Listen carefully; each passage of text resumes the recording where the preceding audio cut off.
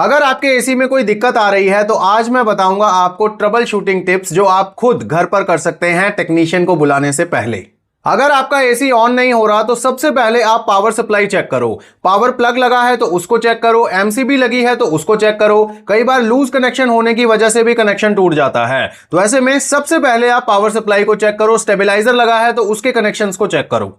अगर power supply ठीक है तो आपको रिमोट की बैटरी चेंज करके देखनी चाहिए, क्योंकि लो बैटरी होगी तो रिमोट अच्छे से काम नहीं करता। बहुत ज्यादा पास से काम शायद कर जाए लेकिन दूर से बिल्कुल काम नहीं करता। तो अगर आपका एसी ऑन नहीं हो रहा है तो आपको रिमोट की बैटरी जरूर चेंज कर लेनी है। एसी यूज करते हुए अगर आपको लगता है कि कूलिंग कम हो गई है या एयर फ्लो कम हो गया है तो आपको तुरंत फिल्टर्स चेक करने चाहिए और उसके फिल्टर्स को निकालकर क्लीन कर लेना चाहिए। और ब्लोअर भी चेक कर लेना चाहिए कहीं वो गंदा तो नहीं है। अगर ब्लोअर गंदा है तो आप उसको भी मैनुअली साफ कर सकते हैं, लेकिन मैं एडवाइस करूंगा कि आप टेक्नीशियन को बुलाएं और सर्विस करा लें अपने एसी की, जिससे आपका एयर फ्लो भी बेटर हो जाएगा और कूलिंग भी एनहांस हो जाएगी। अगर आपको एसी की कूलिंग में कमी महसूस होती है तो सबसे पहले उसका मोड चेक करो, कहीं गलती से फैन या ड्राई मोड तो सिलेक्ट नहीं हो गया है। हमेशा आपको एसी को कूल मोड पर चलाना है और टेम्परेचर 24 या 26 के बीच में रखकर चलाना चाहिए। अगर आपके यहां पर स्प्लिट एसी लगा है तो कंडेंसर कॉइल या फिर आउटडोर यूनिट के आसपास की सफाई का आपने खास ध्यान रखना है।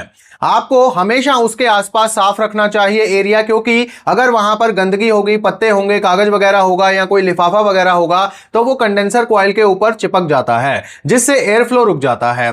अब ऐसे में आपको ये चीज इंश्योर करनी है कि उसके आसपास कोई ऐसी चीज ना हो। दूसरी बात, जो कंडेंसर कॉइल है उसको भी क्लीन रखना है आपने। अगर आपको लगे कि कॉइल गंदी हो गई है तो वो भी एयर फ्लो रोकती है, जिससे कूलिंग अफेक्ट होती है।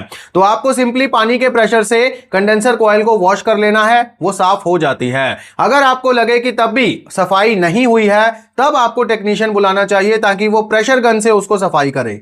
अगर आपके इंडोर यूनिट से पानी टपक रहा है तो सबसे पहले आपको ड्रेन पाइप को चेक कर लेना है। ड्रेन पाइप में से अगर पानी नहीं निकल रहा तो इसका मतलब क्लॉगिंग हो रखी है। अगर पाइप के सिरे के आसपास आपको कचरा वगैरह जमा हुआ दिखे तो आप उसे किसी चीज से हटा सकते हो और पानी फिर से आने लगेगा, ये आप इंश्योर कीजिए। अगर पानी फिर भी नहीं आता है तब आपको टेक्नीशियन को बुलाने की जरूरत है। और एक चीज और, अगर पाइप कहीं से बेंड हो जाएगा या मुड़ जाएगा तो भी पानी पाइप में से नहीं आता, वो इंडोर यूनिट में से गिरता रहता है। तो ऐसे में आपको इंश्योर करना है ड्रेन पाइप बिल्कुल सीधी रहे और साफ रहे। अगर फिर भी प्रॉब्लम सॉल्व ना हो तब आपको टेक्नीशियन को कॉल करना चाहिए।